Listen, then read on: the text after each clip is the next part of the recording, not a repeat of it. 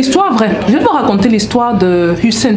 Hussein a 13 ans. Hussein est issu d'une famille très riche. Son grand frère qui est dans la trentaine a l'habitude des parties, de sortir, de s'amuser avec les filles, de louer des voitures très intéressantes, pour ne pas dire très chères. Et un soir, le grand frère d'Hussein invite Hussein à une de leurs fêtes.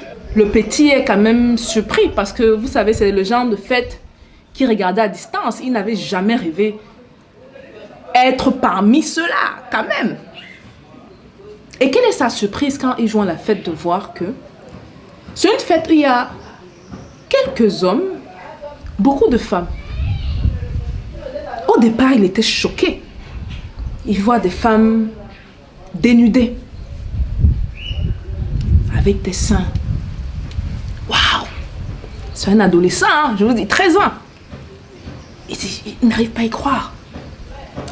Il voit son grand frère et les amis de son grand frère taper avec désinvolte le postérieur de certaines femmes.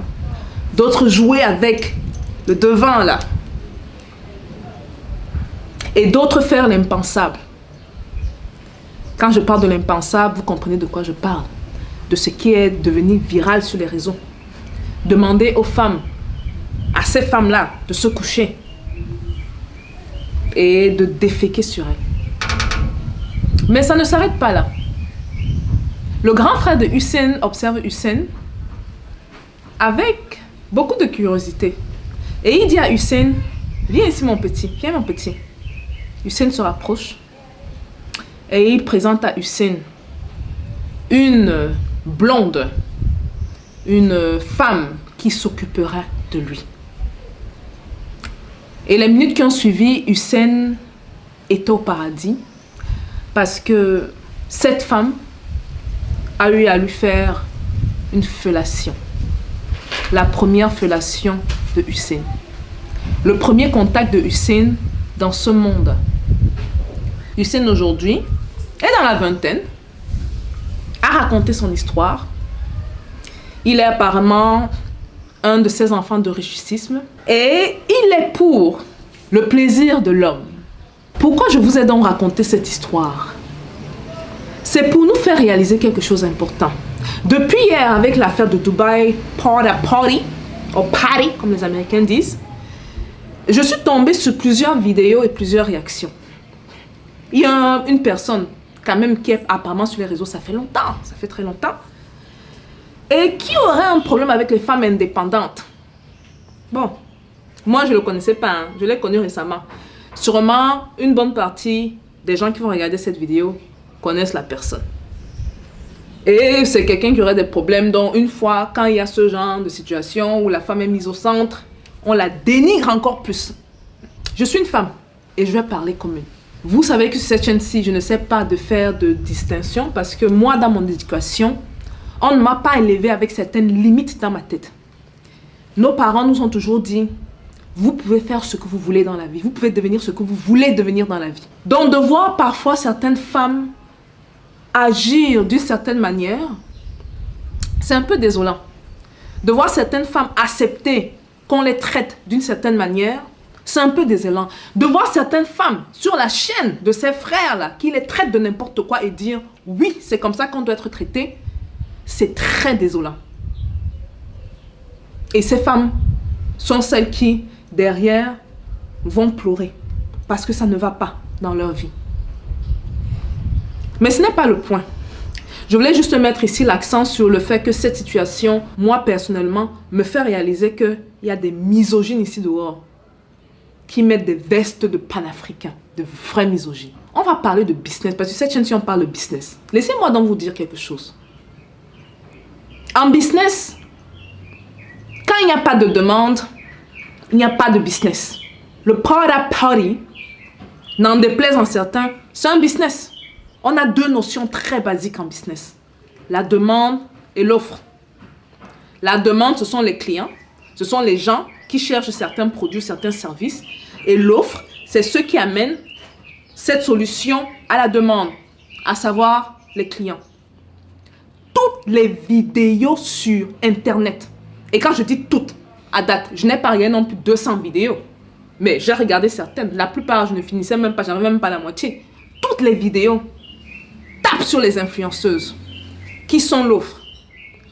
Aucune vidéo, aucune ne tape sur la demande. Et sachez qu'en business, tant qu'il y a demande, il y a business. Si on doit donc parler de stratégie en business, si vous voulez tuer un business, il faut tuer la demande. On ne tape pas sur l'offre et on laisse la demande. On se doit de faire les deux. Donc on peut sensibiliser ces filles. Et s'il vous plaît, cette vidéo, ce n'est pas pour dire aux filles, allez, continuez à faire ce que vous faites. Parce que je pense qu'on est tous d'accord sur le plan moral. Que c'est en termes de moralité, on n'est pas là. Mais je veux qu'on pousse la réflexion. Vous avez la chance d'être sur la chaîne d'une femme qui pense. Je ne suis pas un homme, hein. Une femme. C'est pour ça que j'ai besoin de voir plus de femmes en business. Mesdames sont où? Parce que la femme, c'est ça. Qu'en déplaise à certains. Donc, c'est déplorable donc de voir qu'on tape sur l'offre et qu'on ne réalise pas que pour que ce cercle vicieux s'arrête, pour que ce genre de situation s'arrête, on se doit d'abord de taper sur la demande. Je suis contente, je suis heureuse que la plupart des gens aient fait la sensibilisation auprès de certaines sœurs parce que, contrairement à ce que beaucoup disent, la plupart de ces filles-là sont blanches et latino. Ceux qui ne savent donc pas, il y a un certain racisme, hein, au Moyen-Orient là-bas. Hein. La plupart là, ils n'aiment pas trop les noirs. Donc la plupart sont blanches et latino. Ça ne veut pas pourtant dire que parce qu'elles sont blanches et latino, elles doivent le faire. Ce sont des femmes comme moi. On doit les sensibiliser. Encore plus les sœurs, parce que je suis une femme et je suis noire. Mais combien ont tapé sur la demande? Combien ont tapé sur ces Saoudiens riches qui sont la raison principale pour laquelle on vit la situation qu'on vit? Combien? Comme je vous l'ai dit, n'oubliez jamais la loi de business. Tant qu'il y a la demande, il y aura toujours business. Donc ce n'est pas une question de dire que oui, mais si elles ne vont pas offrir leur service, il y aura toujours certaines qui vont offrir leur service. Toujours. C'est une loi du business. Depuis que la terre est terre. Si donc on veut être stratégique, et j'espère voir plus de vidéos dessus, au lieu de voir des vidéos qui tapent sur les femmes, parce que de notre époque, même quand la femme est tabassée chez elle, elle est violée, on la chasse de chez elle, on va toujours dire c'est la faute de la femme. Je suis contre cette manière de penser. Parce que quand il y a un problème, ça veut dire qu'il y a deux parties qui sont impliquées. On ne peut pas zouker seul, les gars. Quand on parle de corruption, il y a un corrompu et un corrupteur. On ne peut pas juste se concentrer sur le corrompu ou juste sur le corrupteur. Pensons. Mais surtout, j'aimerais voir plus de commentaires, plus de vidéos sur ces gens-là qui créent cette situation. Je veux même aller plus loin. Je vois un phénomène maintenant se passer. Vous êtes malchanceux parce qu'aujourd'hui c'est férié. Hein? Parce que le ramadan c'était hier où on a dit off là. Donc je me suis dit que bon, j'ai un bon 1 heure là pour regarder les petits trucs à gauche, à droite. Maintenant, on a tendance à taper sur toutes les influenceuses parce que peut-être 2 ou 3%. 2 ou 3% vont faire l'affaire là. Comme c'est la femme, je vous ai dit que dans notre société, si moi je vais cracher les vérités, si là vous n'êtes pas content, allez vous plaindre. Comme on est une société patriarcale. Quand une femme fait, maintenant on va mettre toutes les femmes dedans. On est en train de taper sur plusieurs, une influenceuse, des coachs, des gens quand même bien, qui gagnent leur vie bien, qui créent leur truc, qui mettent en ligne, tu peux voir, et qui font des choses bien. On te taper dessus. Qu'elles font ça à cause de toi. Tu es la raison pour laquelle elles sont allées faire ça. Et tout, ces influenceuses étaient là-bas avec elle. Ces influenceuses étaient avec elle. Je vous donne une statistique qui sera vraie ici. C'est pour ça qu'on a toujours la statistique de 95%, 5%. 5% de riches, 95% de pauvres. 95% d'idiots, 5% d'intelligents. Ainsi de suite. Vous allez voir que dans tout ce qu'on dit là, 95% du temps, on va parler de ces influenceuses. Et je ne dis pas non. Je vous dis que c'est bien de sensibiliser. Parce que je vois, il y a certains qui disent que, mais tu as dit qu'il faut qu'elle continue. Je n'ai pas dit ça. Et ne prenez pas juste une petite partie de ma vidéo, vous partez balancer sur les réseaux, vous dites que j'ai dit ça. Voici toute la vidéo, regardez de bien jusqu'à la fin.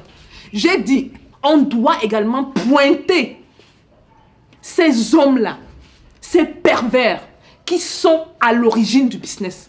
Parce que je l'ai dit et je le répète, sans demande, il n'y a pas de business. Tant qu'il y a la demande, il y aura le business. Si on veut donc être intelligent, et je parle au 5%, parce que le 95%, comme d'habitude, va aller dans tous les sens. Si on veut donc tuer un business, on doit s'attaquer à la racine du business, qui est la demande. En bon entendeur, salut. Maintenant, parlez.